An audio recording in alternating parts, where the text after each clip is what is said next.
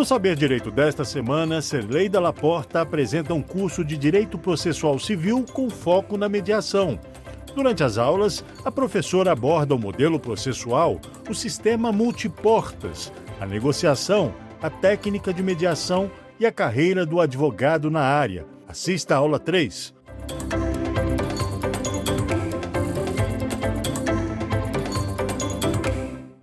Olá, pessoal! Estamos aqui hoje para a nossa terceira aula do nosso curso de Mediação e Advocacia Consensual. Eu sou Serlei Dalla Porta, estivemos aqui já com 2 aulas, em que nós falamos da introdução à mediação, do sistema multiportas, e agora nós vamos falar do modelo processual. Vamos lá? Bom, nessa aula serão explorados os princípios da mediação, o mecanismo procedimental, em consideração à legislação aplicável, lei de mediação e o Código de Processo Civil. Então, vamos entender a mediação diante do Código de Processo Civil, o papel do mediador positivado no Código de Processo Civil e também nas leis esparsas e a segurança jurídica com seus efeitos de acordo na mediação. Então, vamos ao nosso terceiro episódio, terceira etapa do nosso encontro, a nossa terceira aula. Começando a falar dos princípios. Eu gosto sempre de reforçar essa característica principiológica que todo instituto traz. Eu costumo falar isso também para os meus alunos de graduação, de pós-graduação, para os colegas alunos de formação de cursos de mediadores judiciais, extrajudiciais. Qualquer instituto que queiramos conhecer, é importante entendermos qual é a principiologia, a rede basilar ali que aquele instituto tem, que está positivado, que o legislador trouxe, ou então que nós temos de forma esparsa aí dentro do tudo que o direito nos proporciona. E não é diferente, não poderia ser diferente com a mediação, com a conciliação, onde quando nós estudamos os princípios de forma que eles venham positivados aí nesse arcabouço legal que nós estamos trazendo para vocês, nós entendemos as características, nós entendemos o código de ética, nós entendemos os procedimentos, nós entendemos as etapas, nós entendemos como todo aquele instituto funciona. Então, vamos entender quais são os princípios que a mediação traz, onde estão positivados, e sempre lembrando que os princípios, eles trazem aí um rol exemplificativo, né? Que especialmente nessas 3 legislações que nós estamos falando o tempo nos nossos encontros aqui, mas eles podem aparecer de outras formas, né? Através da doutrina, através de outras fontes, de forma objetiva ou subjetiva, podemos dizer assim. Mas o rol exemplificativo principal que nós temos são os seguintes princípios. O princípio da busca do consenso, da confidencialidade, da competência, da decisão informada, da imparcialidade, da isonomia das partes, da independência e autonomia, do respeito à ordem pública e às leis vigentes, do empoderamento, da validação, da informalidade, da oralidade, do princípio da boa-fé e da simplicidade. Esses são alguns. Ai, professora, de onde vieram eles, né? Então, alguns eles vêm de forma interpretativa, outros eles vêm de forma em que eles foram positivados pelo legislador dentro do nosso arcabouço legal aqui, que permeiam esses institutos que nós estamos falando. E algum desses princípios, nessa nossa terceira aula, eles não são tão desconhecidos para vocês. Olha, nós já falamos várias vezes aqui da confidencialidade, do sigilo, da imparcialidade do mediador, do empoderamento das partes, da informalidade que esse instituto traz. Ele não é um modelo formal, rígido, ele é informal, flexível, nem por menos ele deixa de ter segurança jurídica.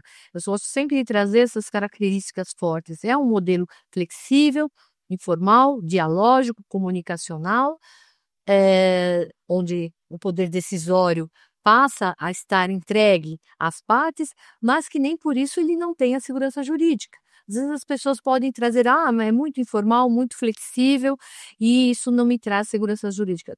Sim, Ele tem como característica essa informalidade, essa flexibilidade, essa fluidez em que uma sessão de mediação, uma audiência de mediação, conciliação com tecnicidade traz.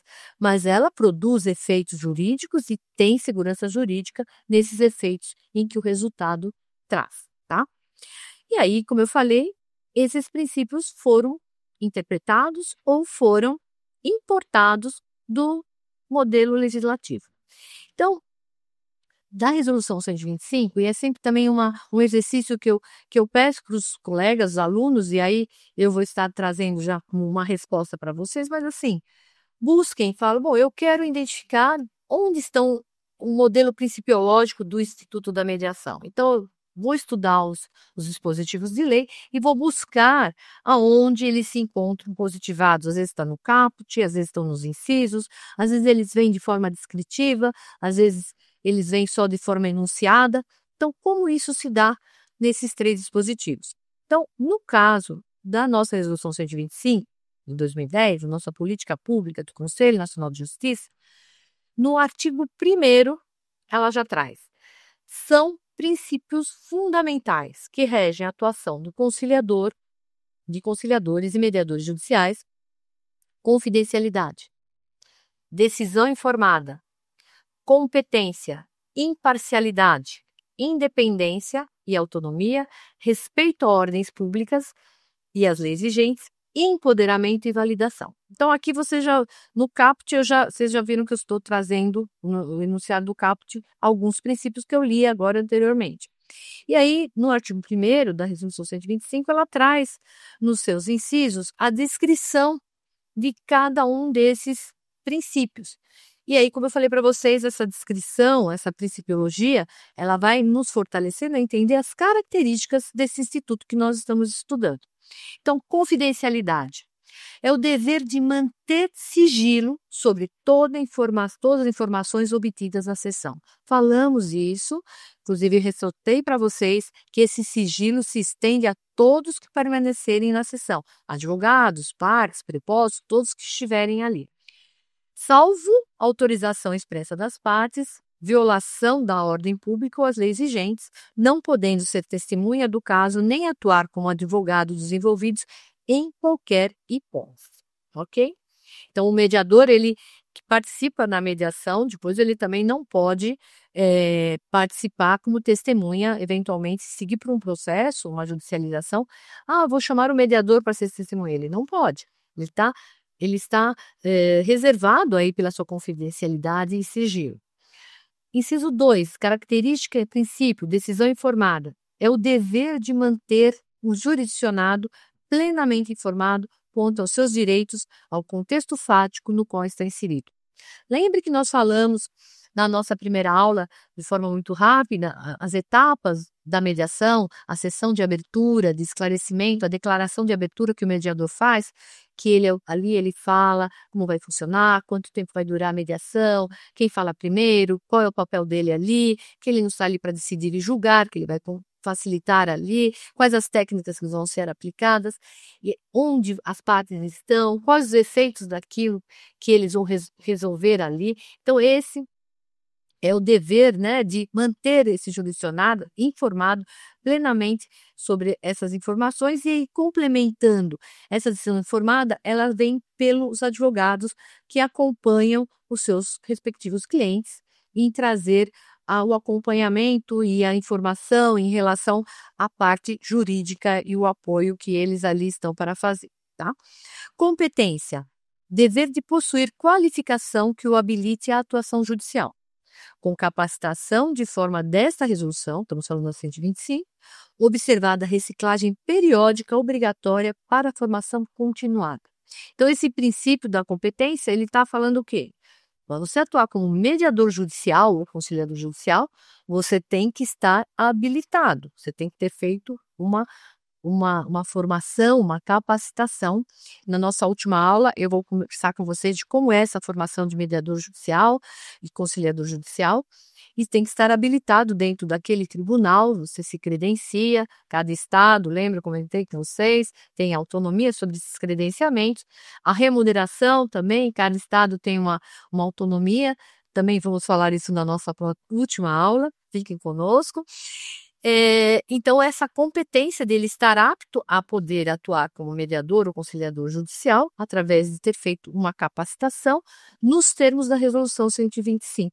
Ou seja, também lembre que eu falei da Resolução 125, que ela tem lá as disciplinas, a formação de mediador judicial, quais são o conteúdo programático. Então, olha como tudo vai se conectando, né?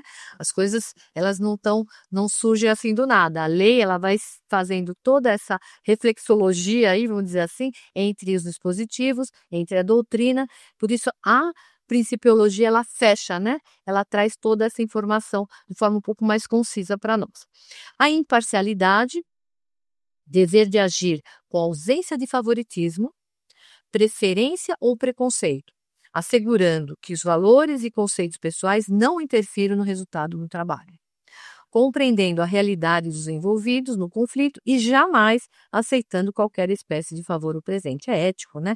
Mas aí, imparcialidade, que eu tenho falado para vocês do mediador, olha a importância de autoconhecimento que o mediador tem que ter para atuar numa sessão de mediação, para ele até entender se ele está impedido, se ele está tendo um favoritismo, uma preferência, se ele está eivado de algum vício ali preconceituoso, que somos humanos e às vezes, infelizmente, nos deparamos com algumas situações nesse sentido.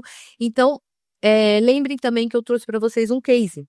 Trouxe para vocês aquele caso em que eu me declarei impedida, porque cheguei na sessão de mediação e identifiquei que um dos advogados era conhecido de um professor e nós conversamos e aquilo já descompensou a minha imparcialidade.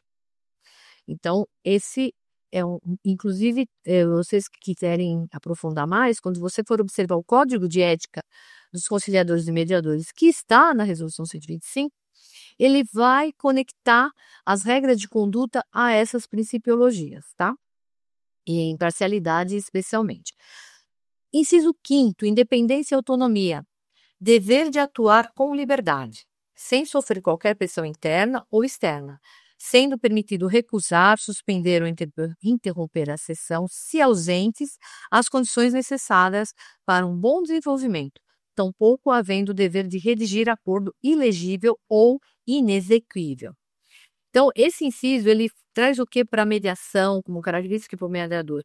Ele não pode sofrer, por isso essa imparcialidade, essa ética, né, a pressão de ter que tomar resolver antes do tempo, auxiliar as partes antes do tempo, interferir, alguma coisa que vai viciar, podemos até dizer assim, aquele procedimento de mediação. E ele também tem uma autonomia ali, porque muitos falam assim, mas gente, o que faz o mediador? Se ele não decide, ele não julga. Não, ele faz muita coisa, ele controla o tempo, ele é o responsável pelo procedimento, ele identifica as técnicas que ele tem que usar para criar o procedimento de mediação e ele tem autonomia naquele modelo em relação a poder interromper, se ele identificar alguma coisa, remarcar por uma condição que ele entenda e apresente para as partes que está inadequada, né? Então, por exemplo, comentei com vocês da mediação virtual, online, através de videoconferência ou através de plataformas que nós chamamos de ODR, Online Dispute Resolution. Às vezes você está fazendo uma mediação entre países, entre pessoas com estados diferentes ou locais diferentes, não importa, você está ali na videoconferência e cai a internet, e a pessoa perde a conexão. Então, você tem que interromper, depois quando ele volta, o áudio está com algum ruído. Então, o mediador, ele tem autonomia para identificar que tem alguma coisa ali acontecendo que vai comprometer o resultado daquele trabalho. Então, vamos remarcar por conta disso. Aqui eu quero até fazer um recorte para você de um case bem interessante. Esse caso ocorreu numa sessão de mediação judicial também, que eu estava fazendo a mediação, e era sobre um divórcio, que envolvia também guarda das crianças, etc., e virtual. Entrou a genitora, entrou o advogado dela, depois acessou a videoconferência a advogada do genitor, e aí quando entrou o genitor, o pai, ele estava numa moto, ele era motoboy, ele estava numa moto, com a câmera assim, né, o celular, e entrando dirigindo, e na sessão de mediação nós fazemos identificação das partes, a gente pede para que eles apresentem os documentos, faz a validação, né, de que aquelas pessoas são aquelas pessoas, e estava praticamente impossível dele fazer isso, ele estava de capacete, e ele levantava o capacete, e aí eu realmente tomei a decisão, falei, nós vamos interromper, se você conseguir chegar a um local, né, de você parar a moto, porque vai correr até perigo de vida, em que você pode até acessar pelo celular, mas você tem que estar num ambiente tranquilo para nós iniciarmos. E aí, com a conferência aí dos presentes, que eram os advogados e a outra parte, nós interrompemos, ele identificou, ele falou, olha, vou chegar daqui 15 minutos no local. Todos concordaram em aguardar, e depois dos 15 minutos eles estavam no local seguro, e aí nós seguimos com a sessão de mediação. Então, o mediador, ele tem essa competência e ele tem essa independência e autonomia mediante ao procedimento. Respeito, inciso 6, respeito à ordem pública e às leis vigentes. É o dever de velar para que, eventualmente, o acordo entre os envolvidos não viole a ordem pública, nem contrarie as leis vigentes. E aí, uma ressalva também importante, eu falei para vocês, depois nós vamos falar isso com mais detalhes, que a formação de um mediador judicial, conciliador judicial, não é necessariamente que tem uma formação prévia no direito. Então, temos colegas de outras profissões. Mas na mediação, você não precisa ser um especialista da lei de divórcio, de Código do Consumidor, porque você vai ter ali os advogados sempre dando essa orientação específica. Mas existem algumas premissas de conhecimento de leis que realmente, à medida que o mediador se especializa em uma área, ele vai trabalhar com recuperação judicial, ele vai trabalhar com superendividamento, ele vai trabalhar com família, ele passa a ter que estudar um pouco mais para entender, até para melhorar o seu modelo comunicacional com as partes, tá? O empoderamento, que é o dever de estimular os interesses e aprenderem a melhor resolverem seus conflitos futuros em função da experiência de justiça vivenciada na autocomposição. É o empoderamento das partes que eu tenho falado o tempo inteiro, de você estimular, de você empoderar, de você dar essa força de resolutiva para as partes no procedimento. E o último inciso, o inciso 7, validação, que é o dever de estimular os interessados a perceberem reciprocamente como seres humanos merecedores da atenção e respeito. É o processo empático, né? Uma técnica que a gente usa muito, a empatia, né? De desenvolver esse processo empático nas partes, porque lembrem, eles chegam ali com uma controvérsia, eles chegam totalmente adversariais, sem comunicação, e a gente tem que voltá-los um para o outro e validar, estimular esse reconhecimento um do outro.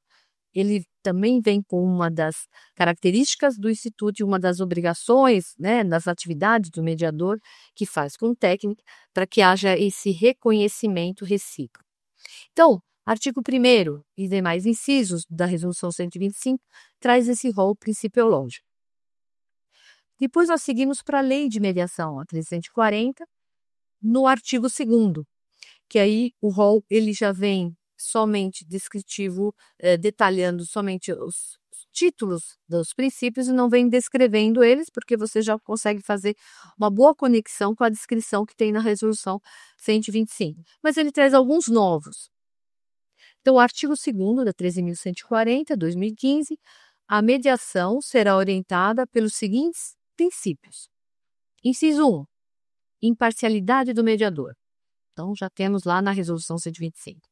Inciso 2, isonomia entre as partes. E esse é o equilíbrio, né, em que o mediador, o conciliador, ele está o tempo inteiro deixando o procedimento isonômico. Muitas vezes você tem partes com diferenças culturais muito fortes, formação muito diferentes, então você tem um hipersuficiente, um hipossuficiente ali de conhecimento, então o mediador ele tem que trazer essa balança aqui e deixar de forma igualitária, fazer essa isonomia aqui, para que essa diferença, que seja por um fator ou outro, ela não, como eu sempre falo, vicie o procedimento, tá? A oralidade, que desde a primeira aula eu tenho falado para vocês, nós estamos falando no modelo comunicacional, dialógico, então a importância da oralidade. Se dentro do judiciário, ali é um modelo em que você só fala quando você é permitido, aqui a fala, a comunicação, ela é importantíssima.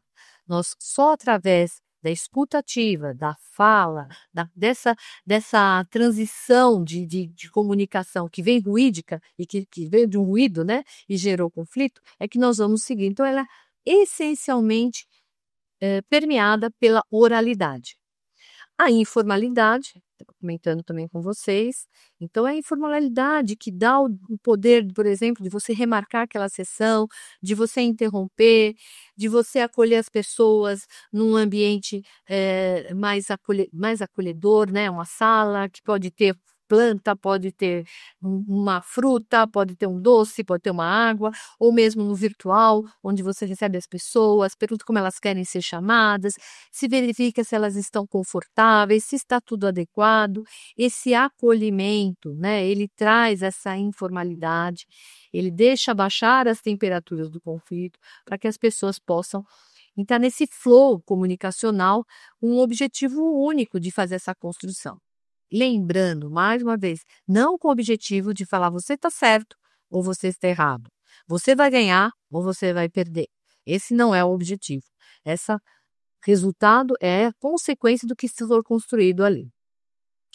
Autonomia da vontade das partes. Essa é a principiologia também fortíssima e o que assusta, né, o desconhecimento. Muitas vezes eu gosto também de trazer alguns exemplos, quando estou nas mediações, especialmente nas mediações judiciais, em que as partes chegam e muitas vezes perguntam para a gente: você é juíza? Excelência, pode decidir quem vai pagar e quem vai receber?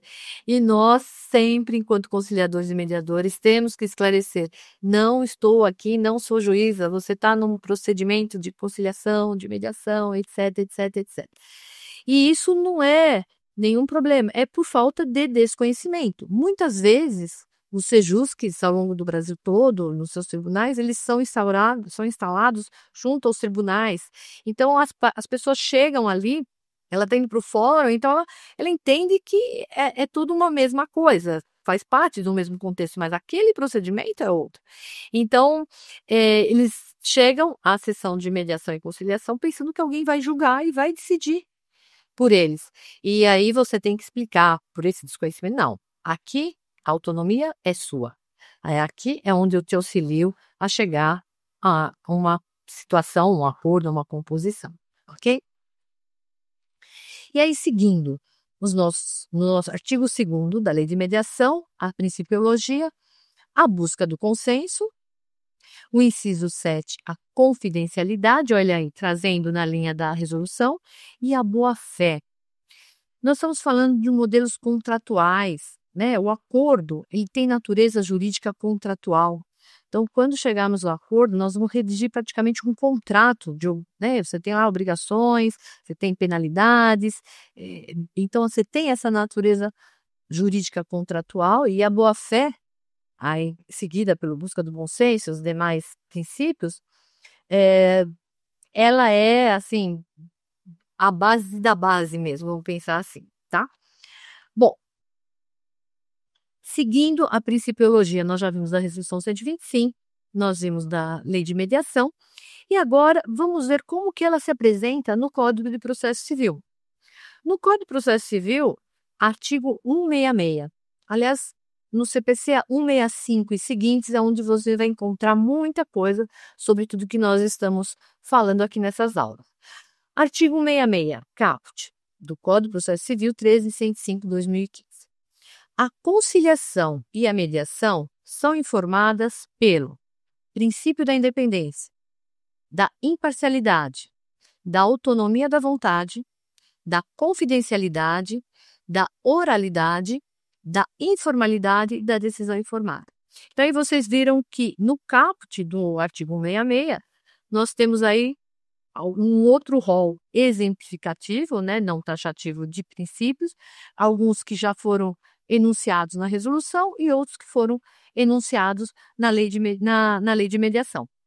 E aí segue, eu vou também fazer a leitura com vocês, os parágrafos do 166 bem interessantes. Parágrafo 1º, confidencialidade. estende-se a todas as informações produzidas no curso do procedimento.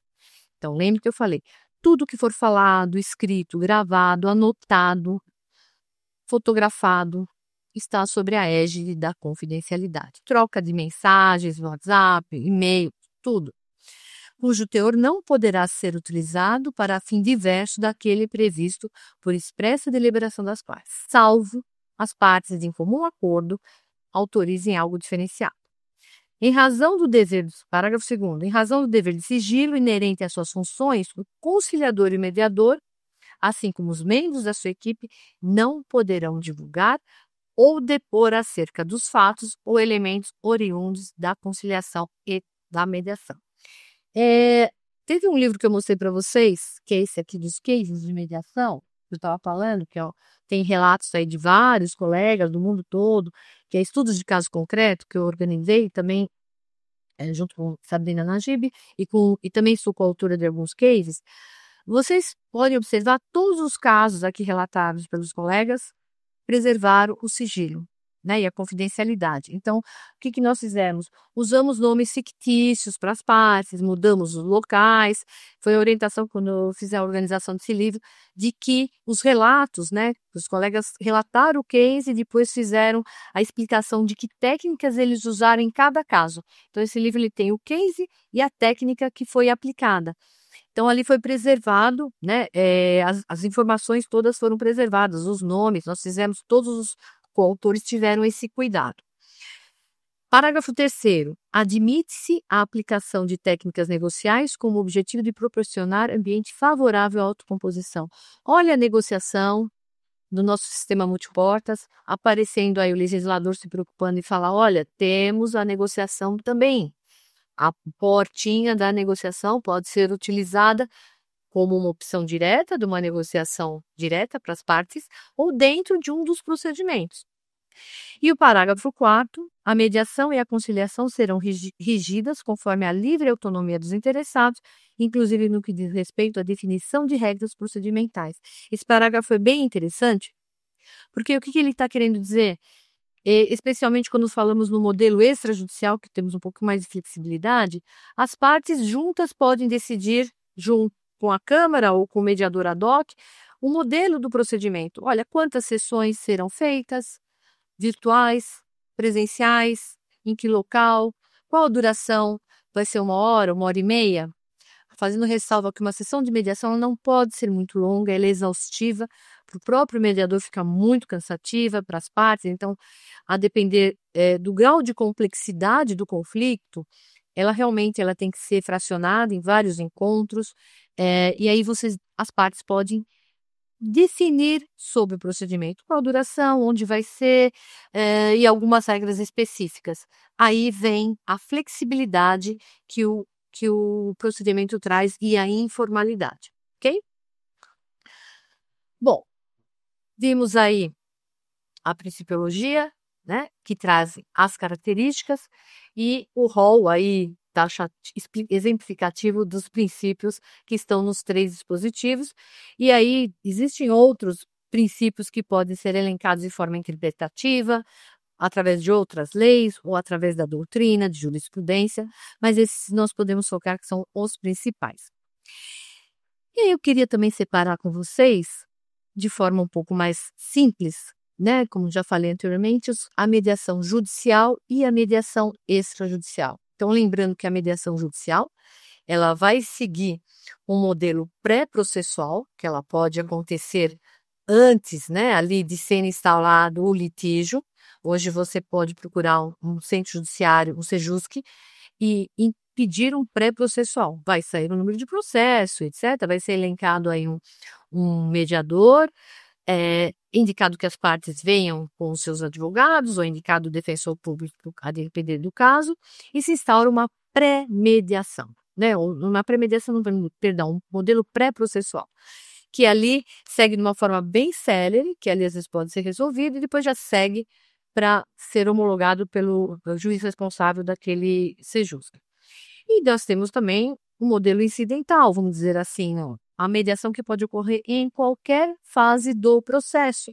Ah, mas meu processo está em fase recursal. Se ambas as partes acharem interessante naquele momento pararem, suspenderem o processo ali, né? Para sentarem em seguir de forma extrajudicial, ou se quiserem indicar aí dentro do modelo processual, uma tentativa de uma autocomposição, ok. Então, a mediação é cabível e conciliação em qualquer fase do processo, tá? E aí nós temos a mediação extrajudicial.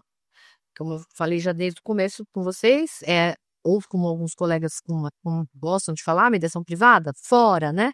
Então, é onde você vai utilizar esse instituto ou através da DOC, um mediador que vai ser contratado diretamente, escolhido por ambas as partes, para fazer aquele procedimento, decidir, como eu falei, como isso tudo vai ocorrer, ou através de uma câmara de mediação. Então, hoje as câmaras, elas são instituições privadas, que têm seu regulamento, têm o seu código de ética, muitas delas são credenciadas nos tribunais, né, alguns tribunais de justiça, aqui em São Paulo temos várias câmaras credenciadas, os demais estados também.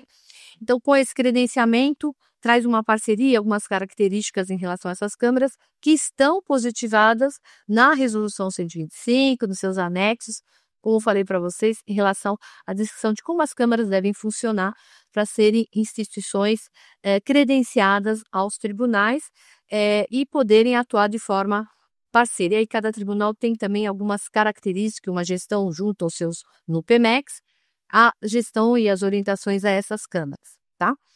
Mas aí, no modo extrajudicial, mesmo que uma câmara não seja credenciada, ela tem uma instituição privada, ela tem um regulamento, como são seus procedimentos, ela tem um código de ética, e normalmente ela tem um rol de mediadores e de árbitros, também for uma câmara de arbitragem, que estão ali indicados para um procedimento de mediação.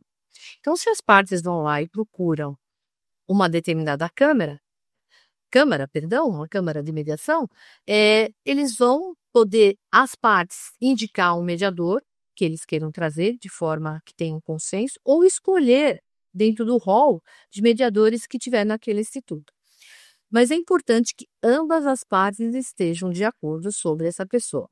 E como as câmaras vão fazer em relação ao mediador que vem externo?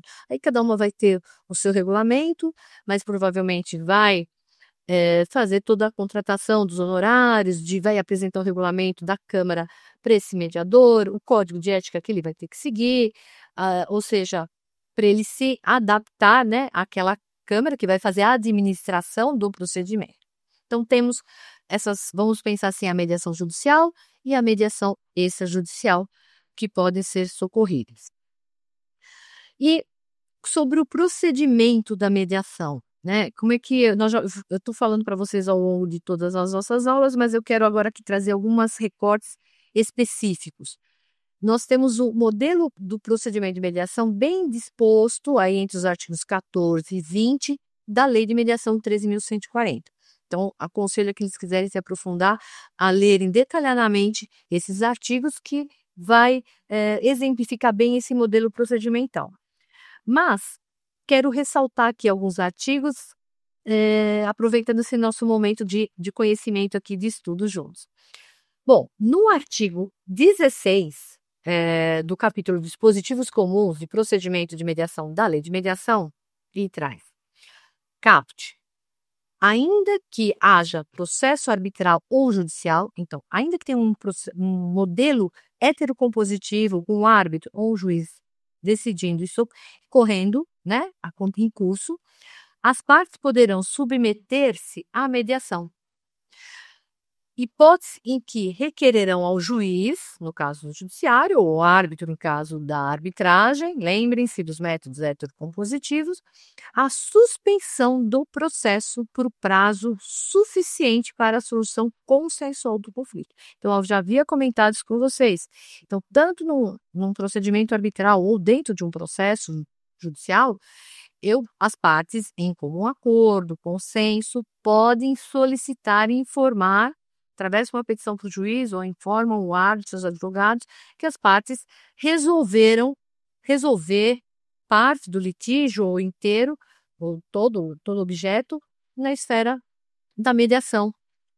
indicaram um mediador, contrataram juntos um mediador ou através de uma câmara de mediação, eles vão vão passar essa informação e aí vão pedir a suspensão do processo para que essa solução do conflito aconteça. Lembrem também, essa suspensão ela não pode pedir, olha, nós queremos 5 anos de suspensão. Aí lembrem da boa-fé, né? Nós temos que coadunar, nós temos que entender todas as características e princípios e como a lei ela vai fazendo toda essa conexão.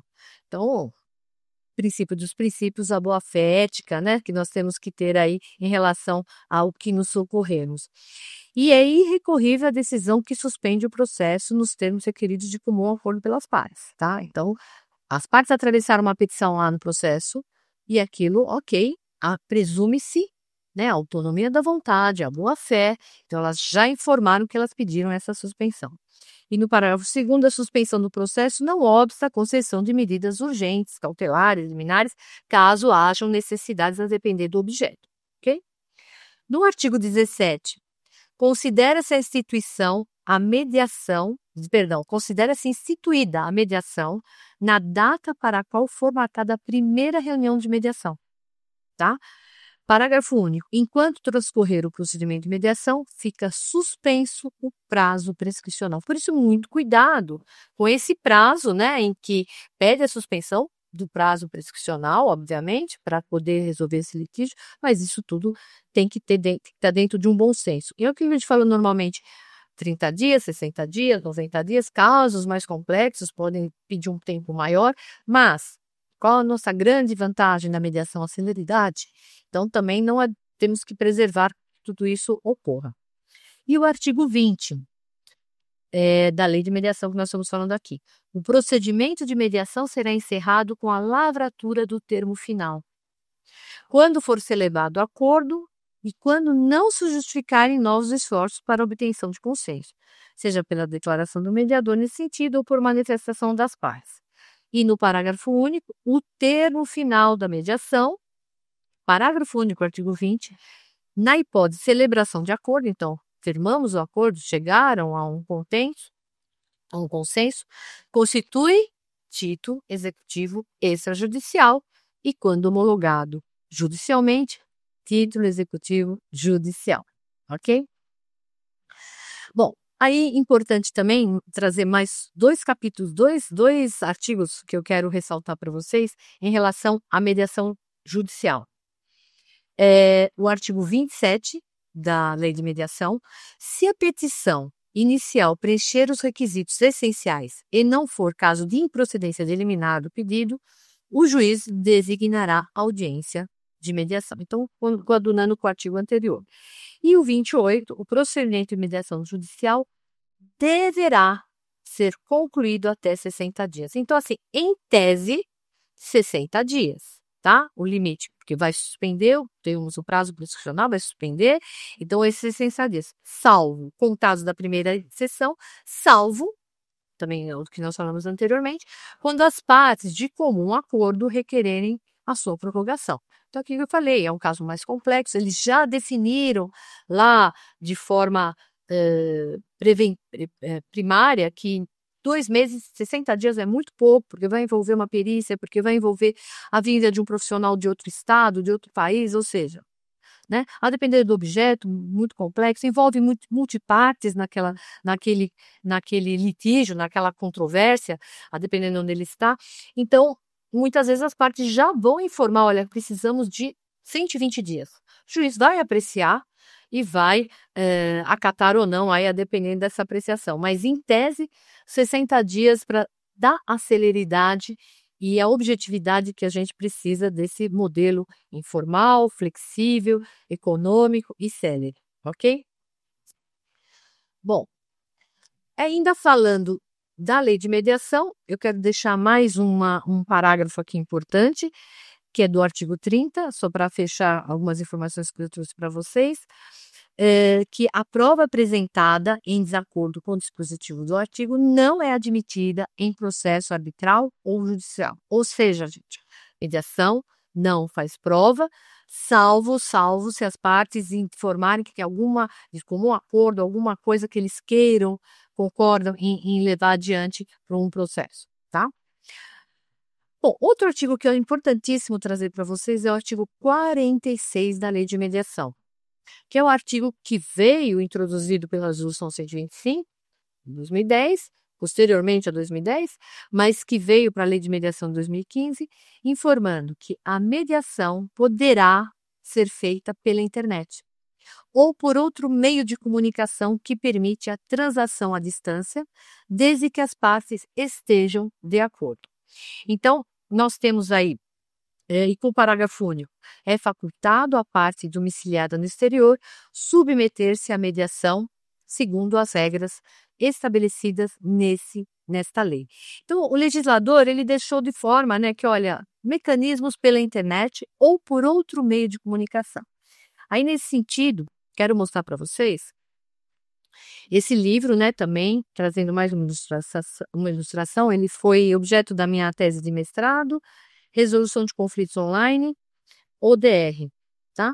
Então, onde eu falo de Online Dispute Resolution, o que vem a ser todo esse estudo, de como nós tratamos, aproveitando a partir desse artigo 46, que introduziu os que nós chamamos de TICs, a tecnologia de informação e comunicação, a internet, que introduziu esse contexto para mediação síncrona, assíncrona, para mediação virtual. E hoje ela se dá através de videoconferências e, especialmente quando a gente fala de ODRs, só para também ilustrar para vocês, de Online Dispute Resolution, nós estamos falando de plataformas de resolução de acordo. Então, hoje temos várias plataformas de resolução de acordos para darem escalabilidade, quando você tem muito volume, então você traz a tecnologia para ajudar a gerir tudo isso e plataformas de acordo que trazem todas as combinações da multiportas. Então, nós temos plataformas que são só de negociação direta. Por exemplo, se nós pegarmos o consumidor.gov, que é uma plataforma de acordo do governo, é uma plataforma de negociação direta. Você entra com um pedido para fazer um acordo com a empresa de telefonia, ou não sei, algo que você tenha algo a discutir, e a resposta vem de 7 a 10 dias, aí, em média, da plataforma consumidor.gov, sobre se vai ter solução ou não para aquela situação que você está apresentando. Isso é uma negociação direta. Temos plataformas de ODR que você tem a negociação assistida. Você tem um terceiro que você pode pedir um negociador ali para ajudar. Temos plataformas que você tem a mediação já ali na plataforma, de forma que você traz efetivamente um mediador para instaurar uma sessão de mediação, através de uma videoconferência, através de mecanismo que aquela plataforma vai disponibilizar. E tudo isso pode ser utilizado, todos os que chamamos aí dos TICs, de tecnologia de informação e comunicação, síncronos ou assíncronos, ou seja, que as pessoas estão falando ao mesmo tempo, emissor e receptor ou não. Como, por exemplo, WhatsApp, e-mail. E-mail, ele não é síncrono, Ele é assim. Quando eu falo mando um e-mail, necessariamente a outra parte não me responde no mesmo momento. Eu tenho que esperar essa resposta. A videoconferência já é diferente. Nós estamos emissor e receptor ao mesmo tempo se falando e se comunicando. E aí, só para encerrar esse parênteses, entrar a falar sobre Online Dispute Resolution, as ODRs, que vêm derivados do artigo 46 da Lei de Mediação, uma reflexão para vocês. O WhatsApp é síncrono ou assíncrono? Quando nós nos comunicamos por WhatsApp, a resposta é automática ou não? Então, na essência, gente, do WhatsApp, ele não seria para isso, Seria como um e-mail, como SMS, eu mando uma mensagem, um áudio, e a pessoa me responde quando ela quer. Mas hoje nós sabemos o imediatismo, e o quanto nos socorremos a nossa comunicação em relação ao WhatsApp. As pessoas já veem lá que você mandou a mensagem, automaticamente, nossa, ainda não me respondeu. Então, já virou uma coisa síncrona, totalmente pela adaptação do mundo moderno. Mas o artigo 46 da Lei de Mediação foi o que propiciou o advento da mediação online, podemos falar mediação virtual e, eventualmente, também as plataformas que temos aí ao redor do mundo e aqui no Brasil de forma do consumidor.gov, que é do governo, e várias outras plataformas da esfera privada, de Lautex, Legaltex, para resolver acordos de forma escalável, ok? Bom, então seguimos aqui, falando um pouco também do CPC, eu falei bastante aí para vocês dessa parte processual aí em relação à lei de mediação, lembrando, como eu acho que já comentei com vocês em uma das aulas, com a alteração do Código de Processo Civil, nós tivemos aí a introdução de inúmeros dispositivos, caputes, incisos, nomeando, enunciando os institutos de negociação, mediação, conciliação e arbitragem, tá? Mediação no CPC de 1973, ela tinha 0 menções, nós não encontrávamos nada falando de mediação em 1973, nós não tínhamos nem política pública de mediação, muito menos uma lei especial.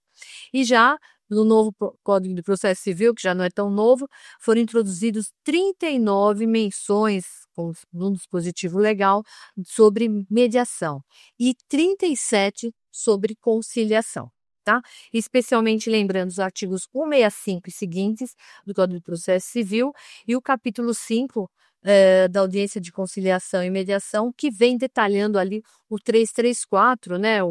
Um artigo que, para nós, enquanto estamos como advogados, sempre que vamos peticionar, sabemos que temos que passar por ali. Então, ressaltando algumas coisas aqui do 334, caput 334, nosso Código de Processo Civil. Se a petição inicial preencher os requisitos essenciais e não for o caso em procedência liminar, o juiz designará audiência de conciliação e mediação com antecedência de 30 dias, devendo ser citado o réu com pelo menos 20 dias. Então, isso já vai ser encaminhado ali para o Sejusc, ou se o tribunal tiver uma área específica ali para atendimento. Lembrando sempre que não pode exceder, a lei pede, né, que não exceda 2 meses da data de realização da primeira sessão, caso haja alguma remarcação. Ao parágrafo 4º do 334, que eu quero ressaltar para vocês, a audiência não será realizada se ambas as partes manifestarem expressamente o desinteresse na composição. Esse é um ponto bem discutível, e aí colegas processualistas sabem, né, porque é a discussão da condição da ação, enquanto o modelo de instituição de uma mediação no modelo processual, a cláusula opt-out, né, vários países, como eu contei aqui, Turquia, Itália, algumas províncias da Argentina, em que colocam aí, vamos dizer assim, a condição para você seguir com a ação, para você judicializar, é que você tenha tentado, tenha provado que você fez uma audiência, uma sessão de mediação ou conciliação. E o nosso legislador, ele fez um ajuste sobre isso, né? Então, nós não temos essa obrigatoriedade, desde que as partes, de comum acordo, elas peticionem que elas têm desinteresse nessa composição consensual. Então, aí, não seguiria por uma audiência de conciliação e mediação, e seguiria o modelo processualmente ali, o juiz daria o seguir a depender do caso do objeto. E também quando não se admitir a autocomposição. E, parágrafo 5º, o autor deve indicar na petição seu desinteresse da autocomposição e o réu deve fazê-lo por petição apresentada 10 dias antes da audiência. E o parágrafo 7º, a audiência de conciliação e mediação pode realizar-se por meio eletrônico nos termos da lei. Olha aí, fazendo a conexão do parágrafo 7º do 334 com o artigo 46 da Lei de Mediação, em que autoriza por qualquer meio eletrônico ou internet ser feita essa audiência. O que nos, fazendo aqui ressalva, o que nos socorremos a esses artigos, especialmente durante a pandemia, onde as audiências vieram e as sessões e audiências de conciliação e mediação foram tão fortalecidas nos meios virtuais. E o parágrafo 8º, o não comparecimento justificado do autor à audiência de conciliação e mediação é considerado por ato atentatório à dignidade da justiça e será sancionado com multa de até 2% da vantagem econômica pretendida ao valor da causa, revertida em favor da União do Estado. Isso a gente não consegue, não observa muito essa penalidade, essa sanção, os juízes acabam não aplicando, porque estamos ainda até num momento de aprendizagem ainda desses institutos, né? Mas, porque muitas vezes não comparecem, não informam, e aí, a depender do Sejusc, que é o tribunal que está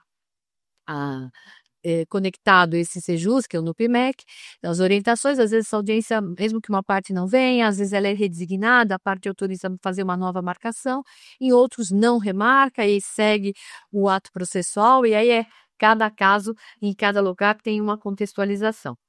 E por fim, o parágrafo 11 do artigo 334, a autocomposição obtida será reduzida a termo e homologada por sentença. Então, aí, mais uma vez, trazendo a homologação do que nós tivemos feito ali na sessão de conciliação e mediação. Ok? E agora, vamos para o nosso quiz.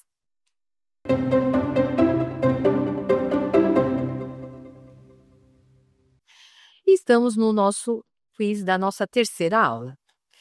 Então, vamos lá. Identifique qual é o objetivo principal da mediação no contexto do Código de Processo Civil. Resposta A. Impor uma solução para o conflito. B. Promover a solução pacífica e eficiente do conflito.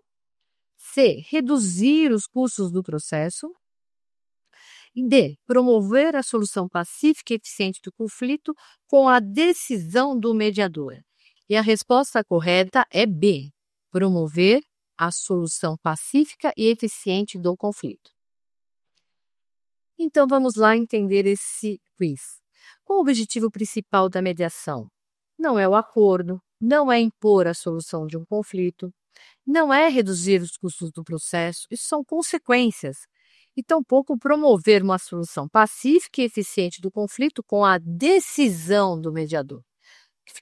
Falamos aqui reiteradamente, né, que a decisão é das partes. E vamos ao nosso segundo quiz.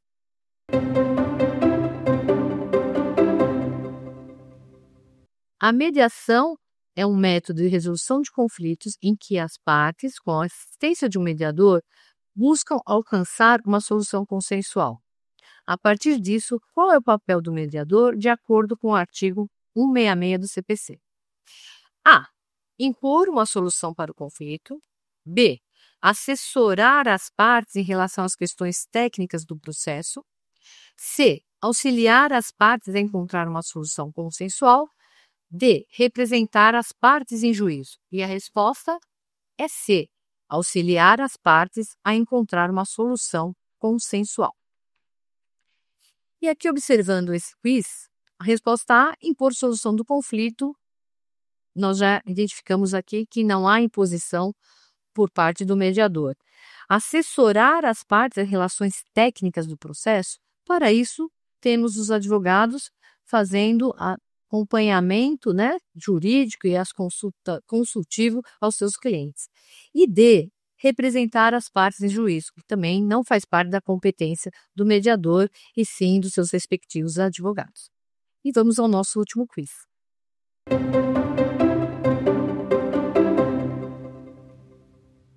De acordo com a Lei número 13.140 de 2015, qual é o efeito do acordo de mediação? A. O acordo torna-se um título executivo? B. O acordo é considerado uma sentença? C. O acordo é considerado um ato administrativo? Ou D. O acordo constitui um título executivo extrajudicial? E a resposta é D. O acordo constitui título executivo extrajudicial. E aí, sobre esse nosso último quiz, acordo não faz título executivo, né? Lembrando que ele faz título executivo extrajudicial e, se homologado, aí sim, um título executivo judicial. Não é considerado sentença e tampouco é considerado um ato administrativo. E assim, concordamos aí que constitui título executivo extrajudicial, até por conta dos dispositivos de lei que nós já apresentamos aqui para vocês. E assim encerramos a nossa terceira aula do nosso curso. Espero vocês para a nossa quarta aula, onde nós vamos falar de negociação e técnicas, de como tudo isso se procede. Meu nome é Celeida Laporta, me sigam nas redes sociais, @Celeida Laporta, e baixem o aplicativo TV Justiça Mais para acompanhar as aulas dos colegas. Nos vemos na nossa quarta aula. Até lá! Quer dar alguma sugestão de tema para os cursos do Saber Direito? Então mande um e-mail para a gente, saberdireito@stf.jus.br. Você também pode estudar pela internet. Acesse o nosso site radioetvjustiça.jus.br ou pode rever as aulas no canal do YouTube, @Rádio e TV Justiça.